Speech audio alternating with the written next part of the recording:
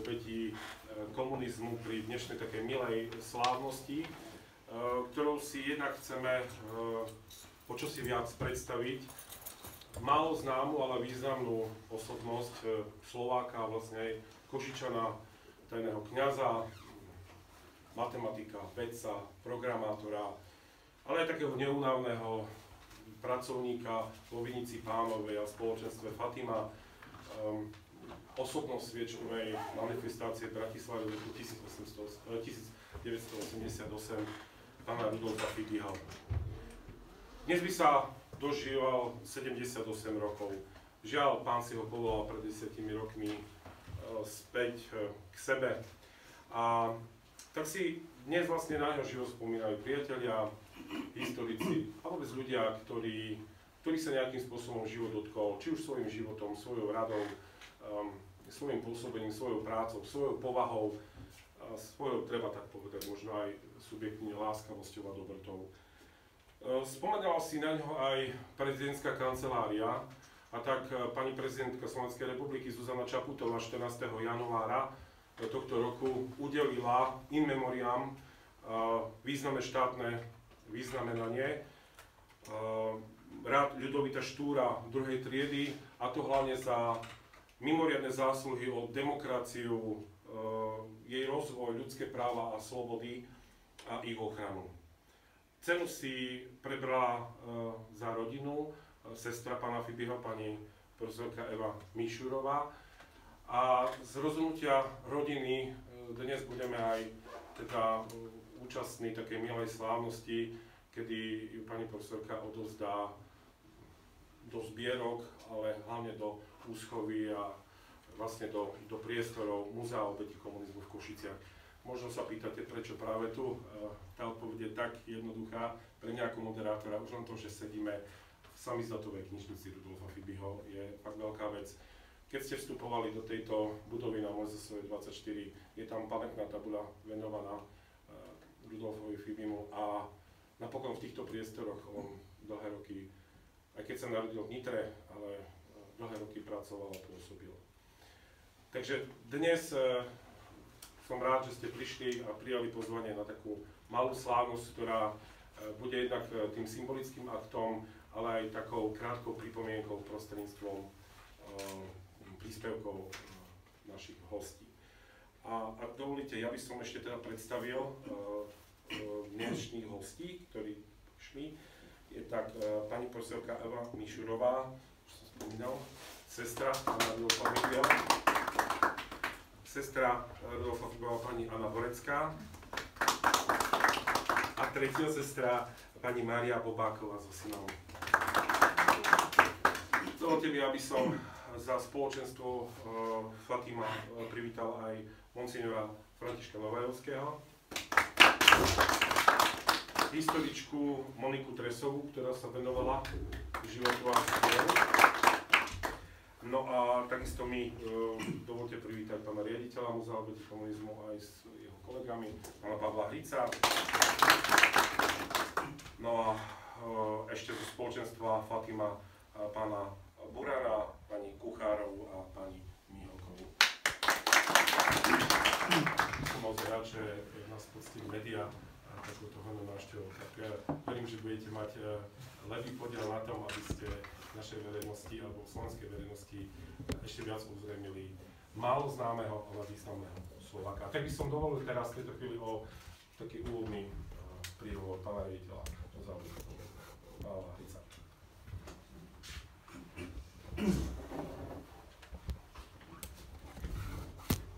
Tak milo ma prekvapil telefonát minulý týždeň od pani profesorky Mišurovej, že spolu so sestrami rodina sa rozhodla, že odovzdajú cenu, ktorú dostala ich brat, doktor Fibi, od pani prezidentky nášmu múzeu, a konkrétne teda sa nachádzame v knižnici samizdatovej a exilovej literatúry doktora Fibiho. My sme túto knižnicu plánovali budovať ešte počas života Rudolfho, no ale tá tragická udalosť, ktorá sa odohrala v 2012 roku, deň pred Vianocami, vlastne zložila na posteľ na 2 roky a v 2014 roku 9. oktobra nás teda opustil. Je to aj výročie nedožitých 78 narodenín. No a ja som si tak spomenul, že naposledy sme slávili jeho 60-ku.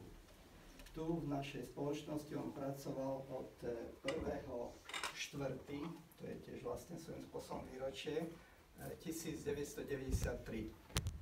No a pracoval do roku 64, keď dosiahol vek.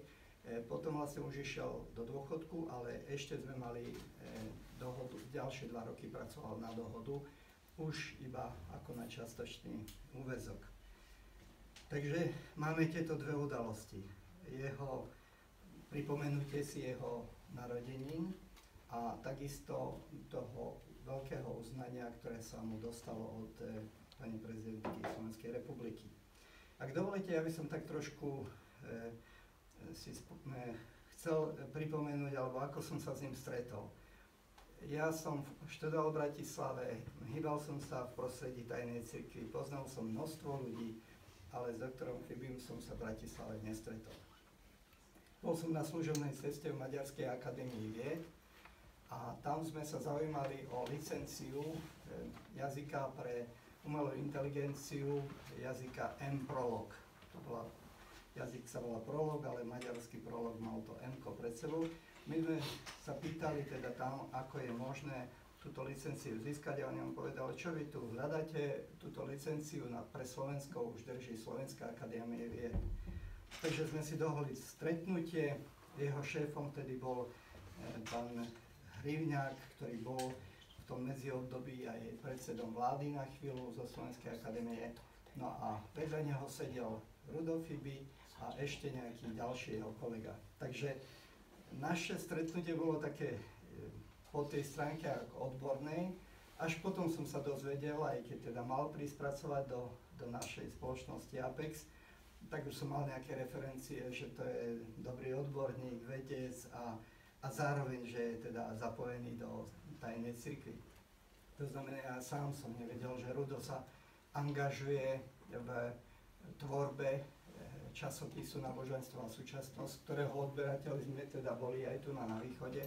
Zhodou okolností tu máme aj tú výstavku, kde je nakreslená mapa distribúcie a Košice tam patria. No a ja si myslím, že Rudo nechodieval do Košíc, ako distribúciu mal niekde na starosti okolo Nitry a Trnavy. Ale takisto množstvo sa mi zdá tej literatúry, ktoré sa dostávalo na východ, vlastne prichádzalo cez spoločenstvo Fatima, ktorého súčasťou bol aj on. My sme teda tú tabuľu na priečeli budovy osadili v 2016 roku, to znamená 2 roky po jeho smrti. No a tam sú tie charakteristiky, ktoré aj Ľubov spomenul, že je to matematik, vedec, programátor, kňaz tajnej cirkvi, osobnosť sviečkovej manifestácie a potom redaktor, redaktor samizdatovej literatúry.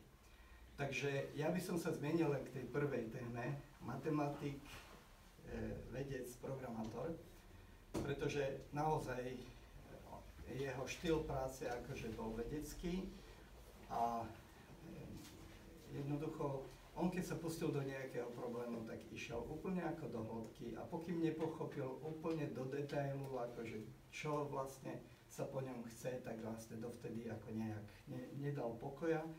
No a u nás začal pracovať najprv s databázami, čo mu až tak veľmi nesedelo, ale keď nastúpili technológie, webové technológie, XML technológie, no tak to ožil a vtedy začal písať aplikácie a ako vymyslel transformačný jazyk, niekoľko aplikácií urobil.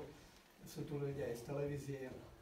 Naša spoločnosť vyvinula aj veľkou jeho zásluhou tzv. HBB TV, to znamená nelineárne vysielanie ako v televíziách. Slovenská televízia doteraz má niektoré naše produkty, ale aj iné spoločnosti. Nechcem veľmi akože robiť reklamu, ale už ležal na geriatrii No a ja som mu stále tak prišiel povedať, Rudo, už to ide do vysielania a naozaj bolo vidno, že rozprávať nerozprával, nekomunikoval, ale vnímal to. Hej, A modliť sa vedel. Očená sa vedel modliť, hej, aj keď nevedel rozprávať už, ale to. Takže máme na neho krásne spomienky z tej odbornej práce, ale samozrejme o 16. lebo on to vzorne ako dodržoval čas. Už mu tu začali chodiť návštevy a chodilo za ním spustu ľudí aj na to duchovné poradenstvo, aj na také určité akože rady, kto čo už potreboval, ako aj za tajným kňazom. On nás o týchto veciach veľmi neinformoval. Je jediný kňaz tajný, ktorý nešiel do pastorácie. A to je taká vec, že v 90. roku teda cirkev má slobodu, tak poďme všetci po farách. Rudo so svojou vedeckou dušou si nevedel predstaviť, že on bude na nejakej fare pôsobiť a tam ako sa starať o majetok a neviem čo všetko. To znamená, dá sa povedať, že asi to odmietol, ale pravdepodobne ten tlak na neho bol veľký, lebo keď sa vrátil z Nitry, stále také smutný, aspoň týždeň bol. No takže obstať, obhájiť túto prácu, bol kňazom, chcel byť kňazom, alebo bol kňazom malých spoločenstiev, a nevedel si predstaviť, aby on opustil vedu, programovania, to, čo mu rozumel a s čím vlastne ako celý život žil. Veľmi veľa sme sa od neho naučili, veľmi veľa vecí nám ako keby ukázal. Dnes som si spomenul na takú drobnú príhodu, už to nechcem naťahovať. Teraz som prišiel, teda on chodil prvý do roboty. Potom aj posledný odchádzal, všetko kontroloval, či je pozamykané a tak ďalej. Pešo chodil, jasne. No a raz prišiel za mnou, že Palo, bol niekto v mojej kancelárii? Prečo? Neviem, aby niekto bol. Lebo myška nie je tak na tom mieste, kde bola. Bola centimetr možno posunutá. Tak mu hovorím, Rudo, vieš, myši si tu v noci pobehujú, ako same chcú. No a máme spústu takých krásnych akože spomienok. Tak som rád, že takáto rodina, aj tá pokrvná, aj tá duchovná rodina, že sa môžeme stretnúť. A je tu už taký trošku inovovaný Apex, kde už prevládajú lektori Múzea obeti komunizmu, kolegovia, ktorí sa venujú sprevádzaniu. A ešte, aby som tak ubezpečil rodové sestry, minulého roku sme mali tu na návštevnosť 3400 ľudí. Rok predtým asi 2200, no dokopy to už bolo okolo 7000 ľudí. A tohto roku, ja neviem, tu kolegovia mi dali aj nejaké grafy, ešte som to poriadne nepozeral, ale jednoducho tá návštevnosť z roka na rok nám tu rastie. Sú to predovšetkým mladí ľudia, tínedžeri, stredoškoláci, takže máme možnosť, už len tým, že vstúpia do tejto knižnice Rudolfa Fibiho, tak vlastne to jeho meno budú počuť a môžu sa oboznamovať s tým, čo všetko urobil nielen pre našu spoločnosť, teda ako programátorskú firmu, ale čo urobil pre Slovensko, pretože toto ocenenie prezidentky asi nedostala hoci kto, dostávajú to ľudia, ktorí naozaj prispeli v boji za slobodu, hej, teda samizdat, aj máme takéto headline, samizdat boji za slobodu, pretože každý, kto sa nebal zobrať samizdat do ruky, tak vlastne už sa cítil o niečo slobodnejší. A Rudo nie, že to bral do ruky, on to tvoril. Takže sme veľmi vďační aj vám, že ste sa takto rozhodli pre naše muzeum. Ďakujem. Ďakujem pekne pánovi riaditeľovi za komunitu, Pavlovi Hricovi a ináč aj kolegovi, pánovi Fibimovi. Dostal Rudolf Fibi ocenenie od pani prezidentky za rozvoj slobody. Kto bojoval za slobodu, tak rozhodne bojoval počas 40 rokov komunizmu aj proti totalite, proti totalitnému režimu. A ten, kto bol tajný kňaz, väčšinou teda proti tejto totalite určite bojoval. No a k tomuto tajnému kňazstvu, mimochodom bol tajne svetený práve v Krakove, sa vlastne dostal cez spoločenstvo Fatima. A práve skrze toto spoločenstvo a by si na ňo mohol zaspomínať v tejto chvíli pán monsignor František Novajovský, spolupracovník spoločenstva Fatima. Tak,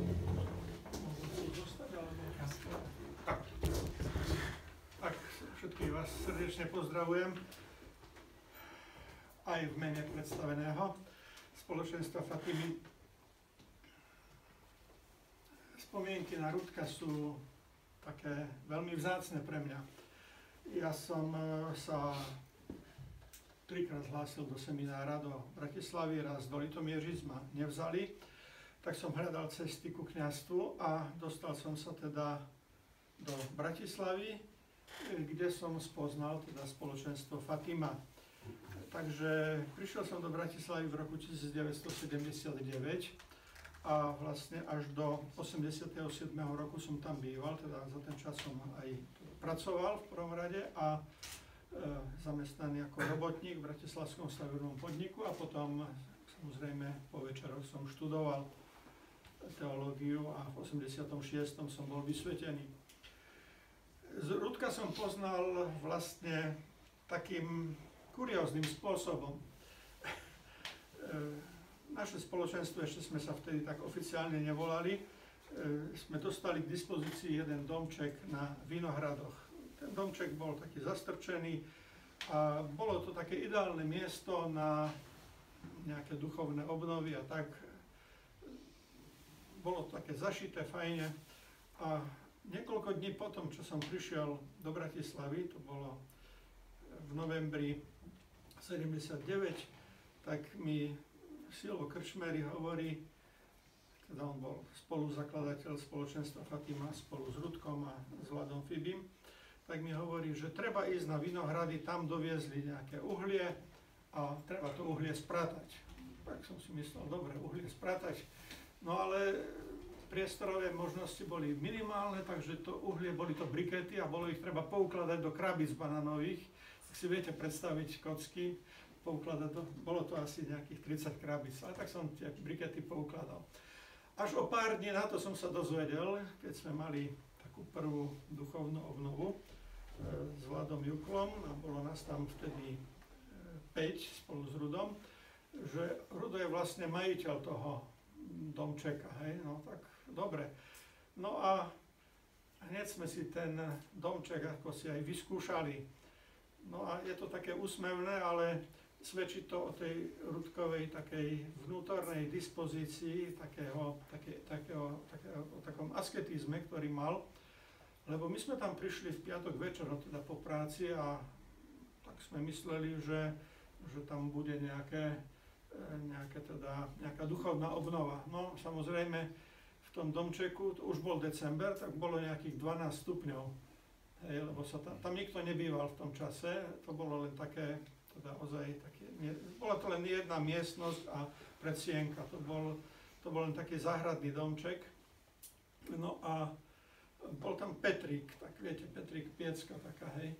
No a tak poslali ma tam dopredu, že treba zakúriť. Tak som zakúril v tom Petríku. Petrík teda nadskakoval od horúčavy, lebo bolo tam 12 stupňov. Reku, prídu to ľudia, treba sa zohriať. No, tak som rozmýšľal, pozeral som, miestnosť bola taká asi polovičná ako táto. Reku, no, tu 5 ľudia máme byť, 2 postele tam boli. Tak reku, no, dobre, jak to tu bude teda prebiehať. Mali sme tam byť do nedele večera. No fajn, zásoby žiadne jedla, ale nejaké také konzervy tam boli. No tak, dobre, uvidíme, čo bude. No, ale teda sme prišli, boli sme tam vtedy 3 kandidáti a Vladko Jukl a po nejakom čase prišiel aj Rudko. Ale medzi tým teda sa už začal aj program, Rudko prišiel, pozrel na teplomeri bolo 16 stupňov. A tak veľmi tak ostentatívne chytil ten kýbel s briketami a vyniesol ho vonku, že už je to horúco. No, reku, fajne, dobre to začína. My sme sedeli vo vetrovkách, no ale dobre, tak fajne. Pokračovalo všetko, Rudko doniesol, bol známy tým, že nosil ovsené vločky. Takže doniesol ovsené vločky, nejaké 2 balíky, nejaký čaj a lekvár, tak reku, fajne, dobre, bude večera. Ale boli to aj potom aj raňajky, aj obed, aj až do nedele, teda sme pri tom zostali.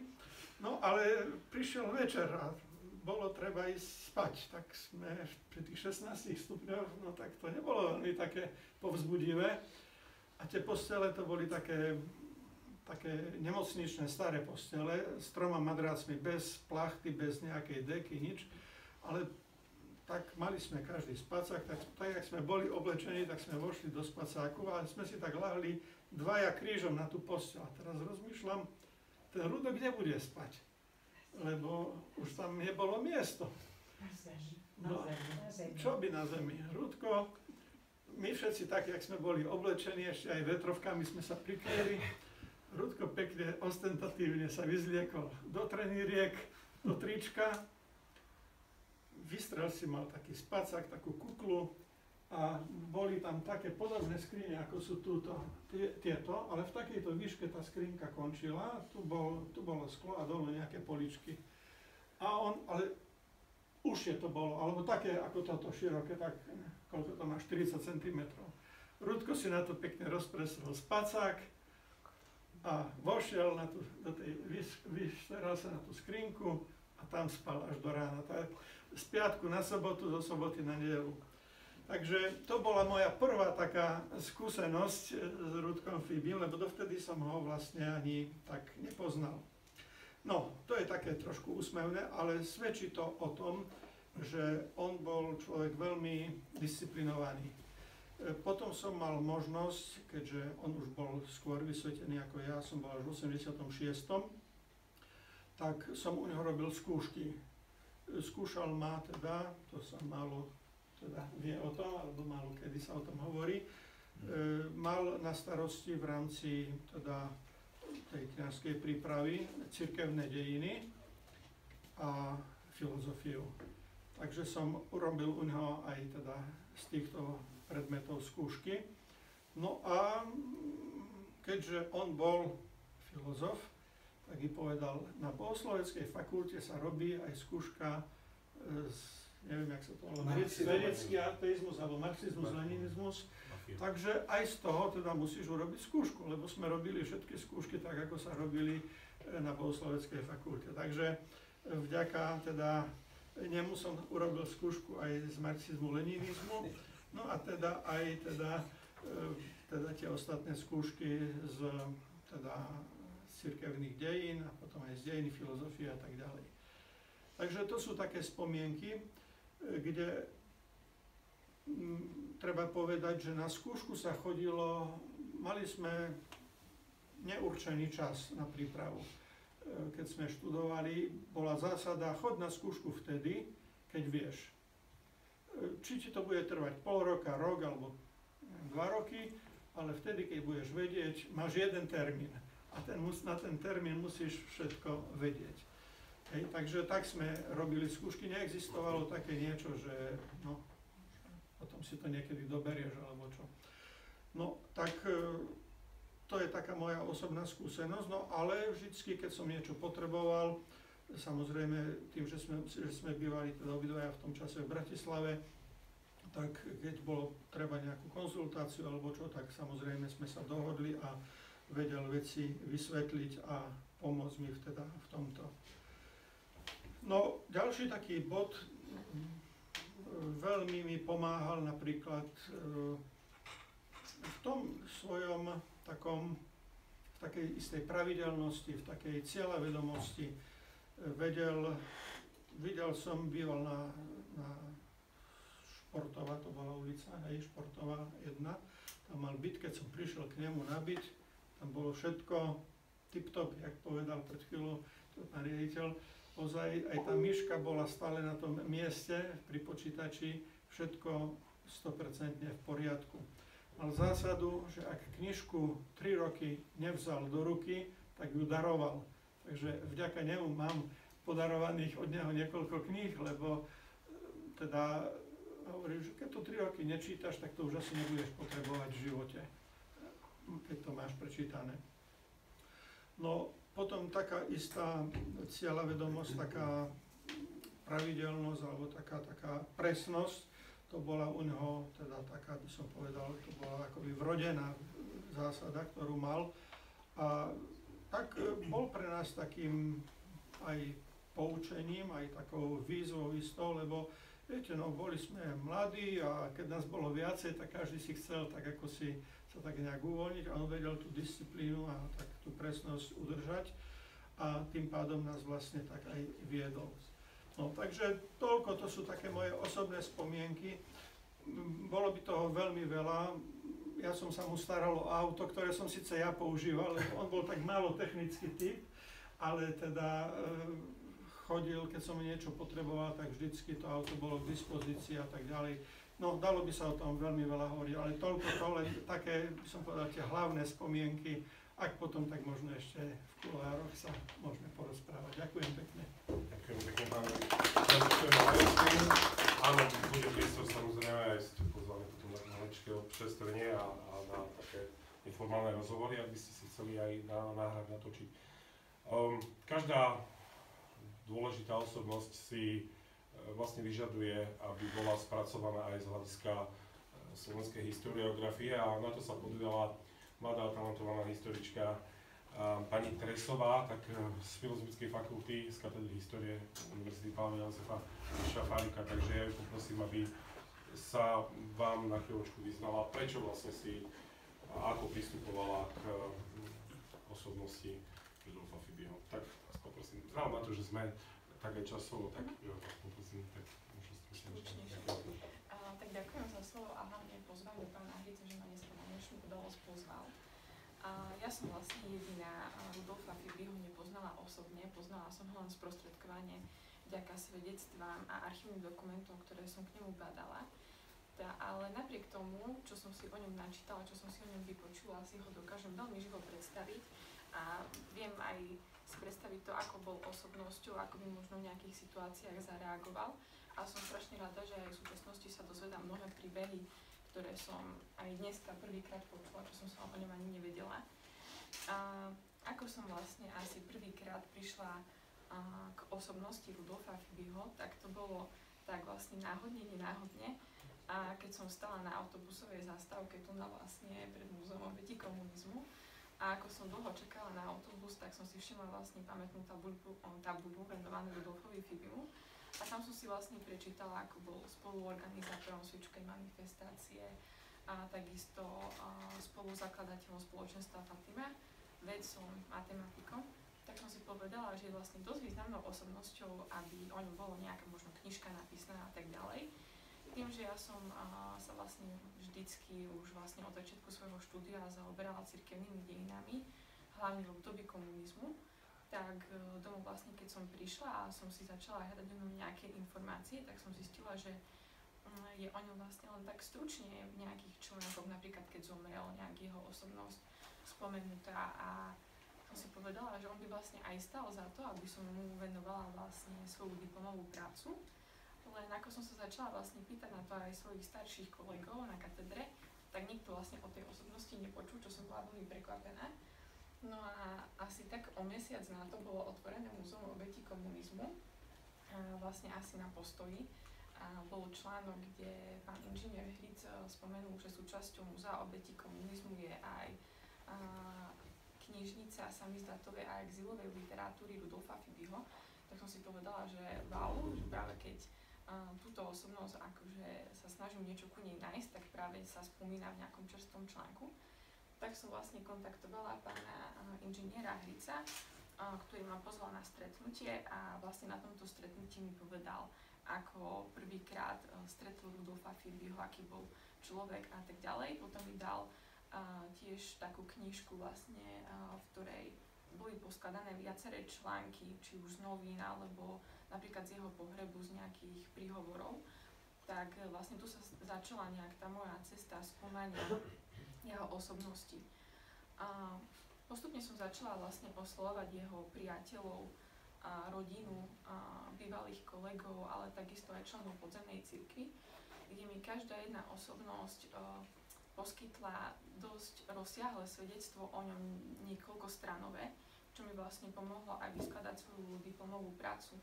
Takisto som počas svojho výskumu išla aj do Bratislavy, kde som si obzrela viaceré miesta, kde on pracoval, kde žil a tak ďalej. Tam mi vlastne s tým pomáhal aj jeho bývalý kolega Štefan Kohút, ktorý ma nasmeroval na bývalé pracovisko Ústavu kybernetiky. No a potom vlastne som zbierala aj dobovú tlač. Napríklad aj v Rusku som našla nejakú dobovú tlač, kde tým, že on často vlastne rozširoval zakázanú náboženskú literatúru aj na Sibíri a v Sovietskom zväze, tak sa dostal vlastne aj do vtedajšej dobovej tlače v Rusku. A to mi vlastne, tu som našla vlastne tú tlač na burze v Moskve, kde mi ju poslal vlastne môj miestny priateľ.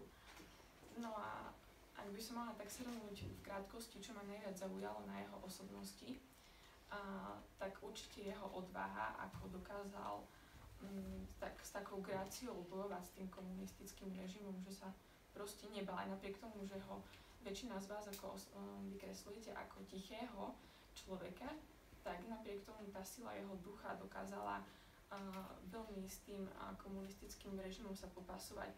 Dokonca aj v tej svojej krátkej autobiografii, ktorú ponúkol do knižky Jana Šimúčika, tak veľmi vtipne opisuje udalosti, keď sa stretával so štátnou bezpečnosťou, ako sa pekne obliekol spoločensky do obleku, ako im rozprával rôzne nezmysly, ktoré nedávali žiaden zmysel. On sa pritom naravne bavil, ale Štebákom vlastne dochádzala trpezlivosť. A on to veľmi pekne tak humorne dokázal vlastne tieto ťažké životné situácie opísať. No a tak by som asi shrnula Rudolfa.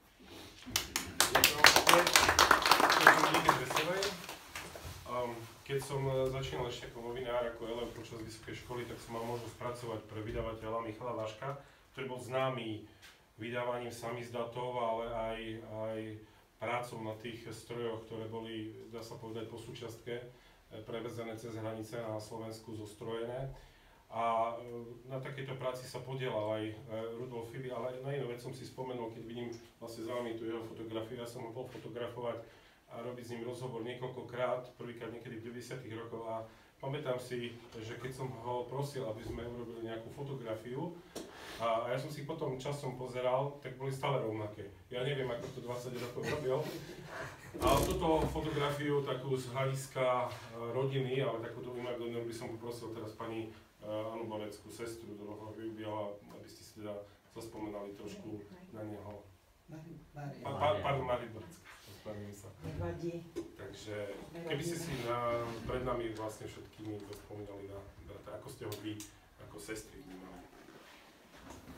No, takže mene Rudkovej rodine by som rada poďakovala všetkým, ktorí sa zúčastnili na príprave tohto veľmi milého stretnutia. Vôbec sme takéto až nečakali. My sme mysleli, že príde sestra z Nitry, prídeme sem, my tri, zaklopeme u pána riaditeľa, doniesli sme to a to a týmto ako hasne, ale ako vidíme, zorganizoval to veľmi promptne za pár dní, tak by sme sa veľmi pekne chceli poďakovať za to a symbolické je, že práve dnes má nedožité 78.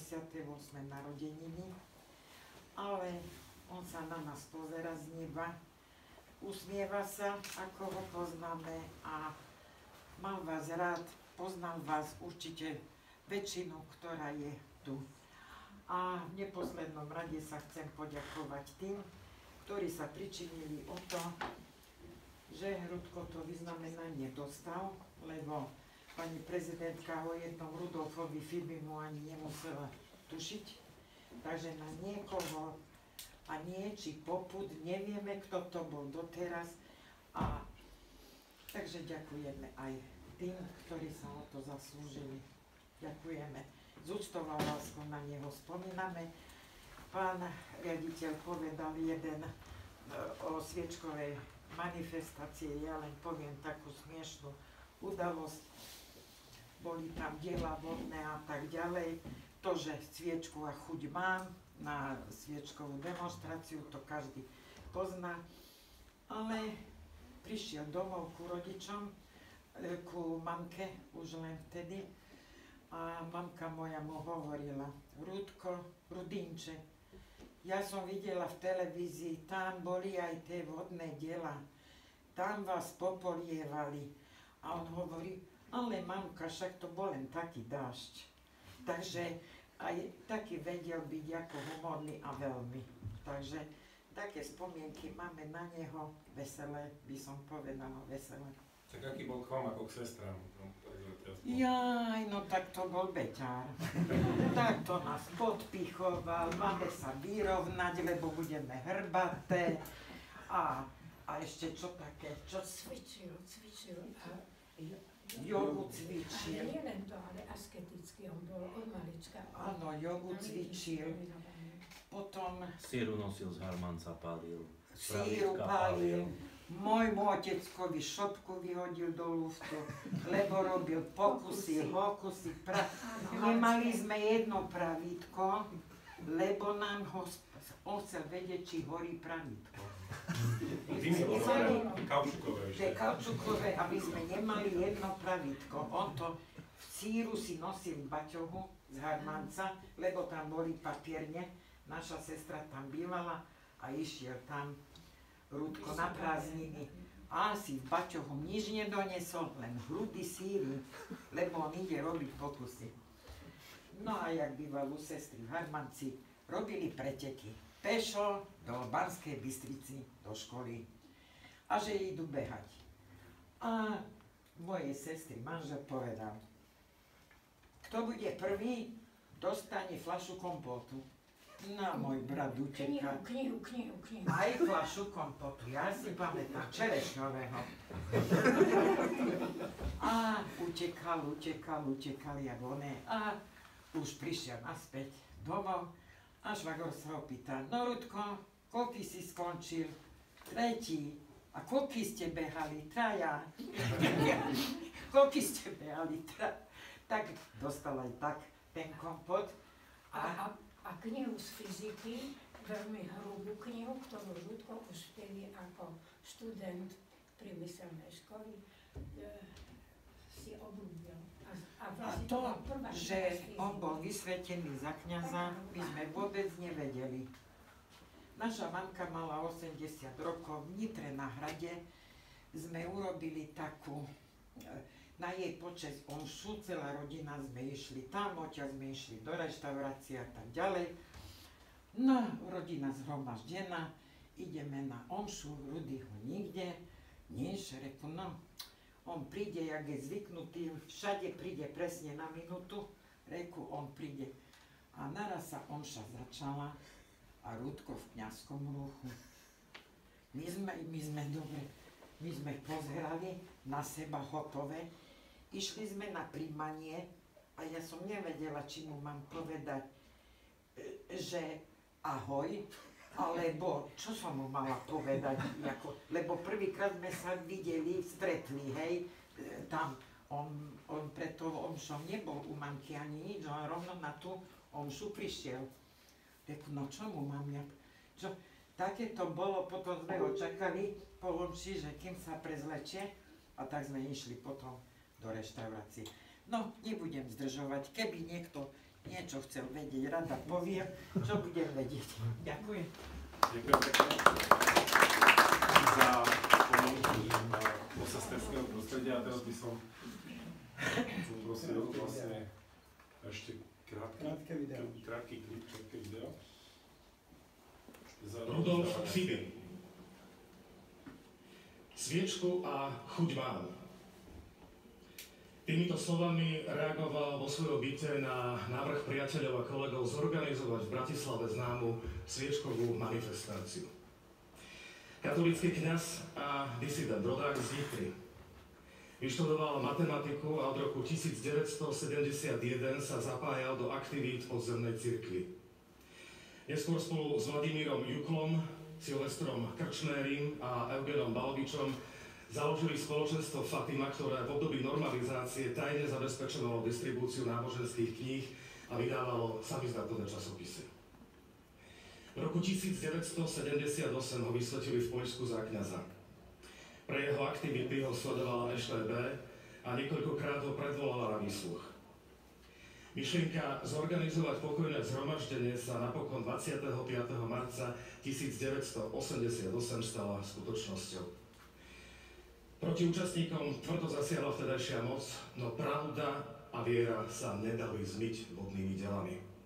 Odvaha aktivistov, medzi ktorých patril, napomohla znovuzrodeniu slobody v našej krajine. Prezidentka Slovenskej republiky udeľuje Rudolfovi Fibimu štátne vyznamenanie Rad Ľudovíta Štúra 2. triedy in memoriam za mimoriadne zásluhy o demokraciu a jej rozvoj, ľudské práva a slobody a ich ochranu. Štátne vyznamenanie prevezme jeho sestra pani Eva Mišurová.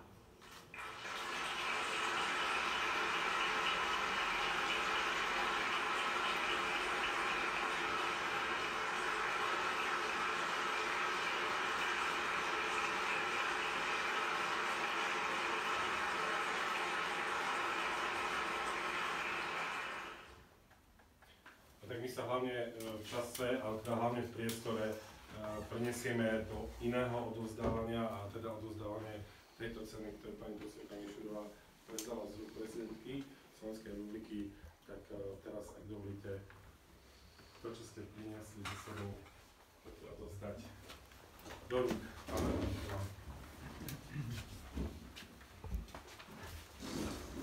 Som rada, že sa to dostane do tých správnych rúk.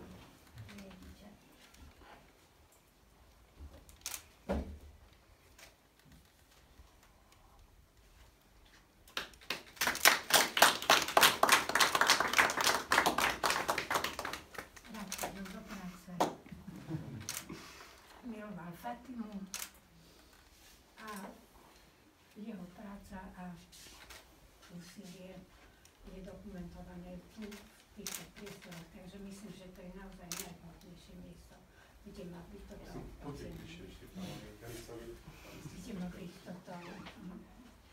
vyznamenanie uložené.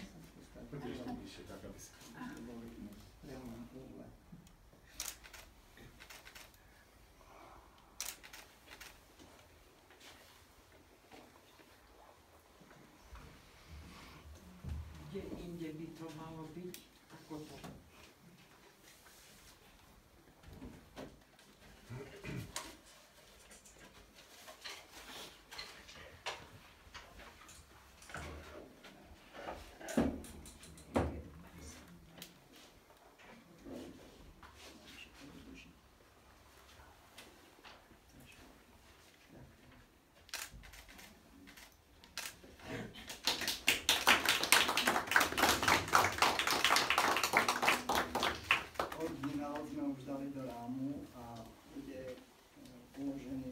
čestnom mieste pri názve tejto knižnice aj pre základné charakteristiky.